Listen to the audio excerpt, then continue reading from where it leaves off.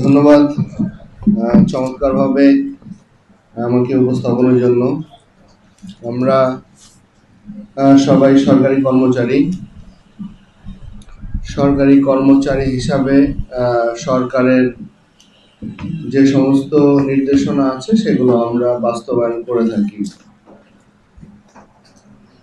আমরা সবাই একটা সুন্দর রাষ্ট্র চাই, একটা সুন্দর সমাজ চাই, যেখানে আমরা এবং আমাদের ভবিষ্যৎ প্রজন্ম নিরাপদে বেড়ে উঠবে, এরকম একটা সমাজ আমরা সবাই প্রত্যাশা করি। কিন্তু বর্তমান সরকারও চাচ্ছে যে একটা মানবিক এবং একটা নিরাপদ রাষ্ট্র প্রতিষ্ঠা করতে। কিন্তু আমরা সাম্প্রতিক সময়ে দেখছি যে আমাদের এই মানব জাতি, হিউম্যান কাইন্ড, প্রযুক্তির কাছে পরাজিত হয়ে যাচ্ছে।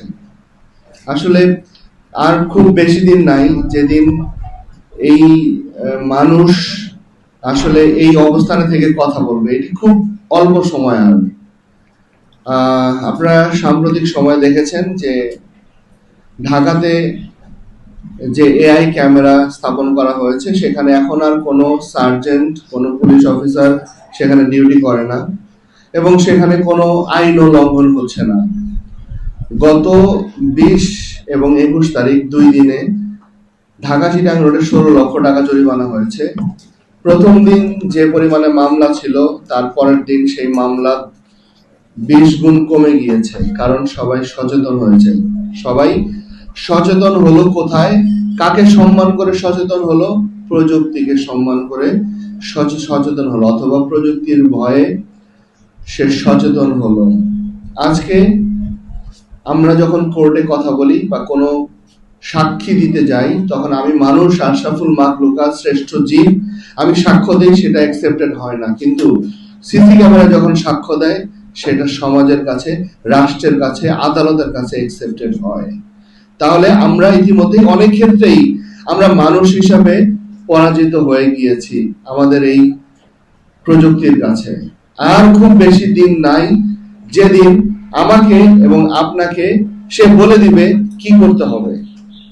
সে বলে দিবে আপনি কোন পথে হাঁটবেন, কোন পথে হাঁটবেন না, আপনি কোথায় বসতে পারবেন, কোথায় দাঁড়াতে পারবেন, সেগুলো সে বলে দিবে।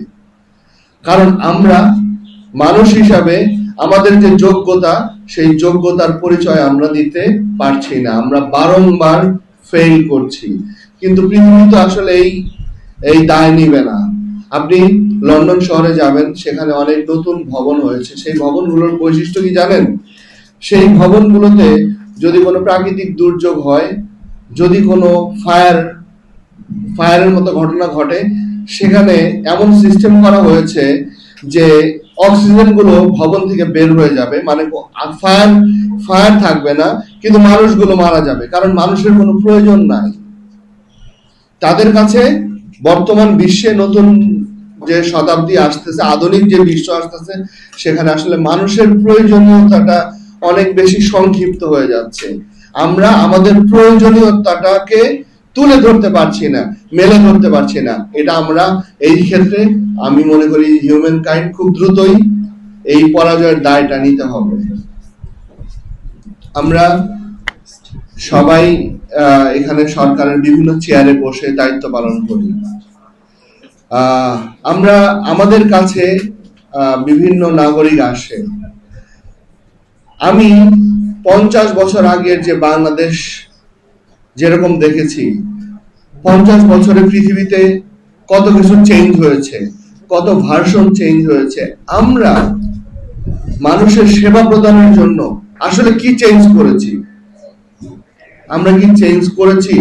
কত দূর চেঞ্জ করেছি? আমার মধ্যে কি কখনো এই চিন্তা ভাবনা আসে যে আমি যে জন্য এই চেয়ারে বসেছি, আমার যে দায়িত্ব, আমি সেই দায়িত্ব যথাযথভাবে পালন করছি কিনা? এই প্রশ্ন আমি কি নিজের মধ্যে আসে কিনা, যে আমাকে সরকার যে কারণে বসিয়েছে, নাকি আমি শুধু 9টা থেকে 5টা পর্যন্ত অফিস করব, এটি আমার কাজ? তাহলে এই সমাজের পরিবর্তন কিভাবে হবে? আজকে সমাজটা কি রূপে দাঁড়িয়েছে? আজকের সমাজটা কি রূপে দাঁড়িয়েছে, এই ব্যর্থতা কার? আপনি যখন পৃথিবী এসেছিলেন, আপনার বাবা মা আপনাকে নিয়ে যে নিরাপত্তা, যতটুকু নিরাপত্তায় ভেবেছিল, নিরাপত্তা নিয়ে যতটুকু সংজ্ঞা ছিল আপনার বাবা মার, আপনার সন্তানটি যখন এই পৃথিবীতে এসেছে তখন আপনি তার ভবিষ্যৎ নিয়ে কতটুকু সংজ্ঞায় আছেন, এই প্রশ্ন কখনো করেছেন? তাহলে আপনার বাবা মা আপনার জন্য যে পৃথিবী তৈরি করেছিল, আপনি কি আপনার সন্তানের জন্য সেরকম পৃথিবী রাখতে পেরেছেন বা তৈরি করতে পেরেছেন? এই দায় কার? এই দায়টা কে নিবে? আমি আপনাকে ব্লেম দিব আর আপনি আমাকে ব্লেম দিবেন, সেটি হতেই পারে। অনেক জোরে কথা বলতে পারে, মানুষ প্রসেশন করতে পারে, কিন্তু সমাজের এই পরিবর্তন হচ্ছে, এই নেগেটিভ যে চেঞ্জ হচ্ছে, এই যে আমরা ইনসিকিউর একটা অবস্থায়, একটা ক্রুয়েলিটি, একটা ক্রুয়েল সমাজ তৈরি হচ্ছে, এই দায় কার? কে নিবে এই দায়? কেন শিখছে না? কেন তার মধ্যে ভালোবাসা তৈরি হচ্ছে না? ব্যবহার কি করতে হয় আমি জানি না, কিভাবে আচরণ করতে হয় এগুলো আমি জানি না, শিখি নাই। শিখবো কাকে দেখে? আমি কাকে দেখে শিখবো? আপনার ছেলেকে আজকে একটা আদর্শ মানুষকে দেখাতে পারবেন যে বাবা তুমি এই মানুষটার মতো মানুষ হও? পারবেন? আপনাকে অনুসরণ করে, আপনার কাজকর্মকে অনুসরণ করে, আপনাকে রিয়েল হিরো মনে করে, সমাজে করে। আমরা কি একটা আনন্দময় একটা সমাজ তৈরি করতে পেরেছি? আমরা একটা সমাজ তৈরি করেছি যেখানে শুধু কম্পিটিশন, আমরা শুধু কম্পিটিশনে ব্যস্ত, আমাদের শুধু দৌড় আর দৌড়, প্রচন্ড ব্যস্ত। আমরা প্রচন্ড ব্যস্ত আমাদের পার্সোনাল গেইনের জন্য, পার্সোনাল আর্নিং এর জন্য আমরা প্রচন্ড ব্যস্ত। কিন্তু আমরা এটা চিন্তা করি না যে এই ব্যস্ততার ফাঁকে আমাদের কত কিছু ধ্বংস হয়ে যাচ্ছে। সমাজে একটা সময় আমাদের সমাজে পরিজন ছিল, আমাদের সন্তানদেরকে দাদি নানিরা গল্প শোনাতো, সেগুলো তো ভ্যানিশ, নাই কোনো কিছু।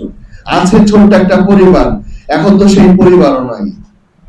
আমি প্রতি বুধবার দিন প্রবাসীদের কথা শুনি, অনলাইনে প্রবাসীদের কথা শুনি, এবং তারা যে অভিযোগ করে, প্রত্যেকের অভিযোগ তাদের পরিবারের বিরুদ্ধে। এই পরিবার টিকবে না, এটা বাস্তবতা।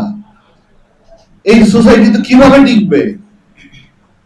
তা আমরা এই সমাজের প্রিভিলেজ সোসাইটির মানুষ, আপনারা সরকারি চাকরি করেন, বড় বড় দায়িত্বে আছেন, এই দায়ভার কি আমাদের আছে? আমরা কি করছি? আমরা কি কখনো ভাবি? আমাদের মধ্যে সেই ভাবনা তৈরি হয়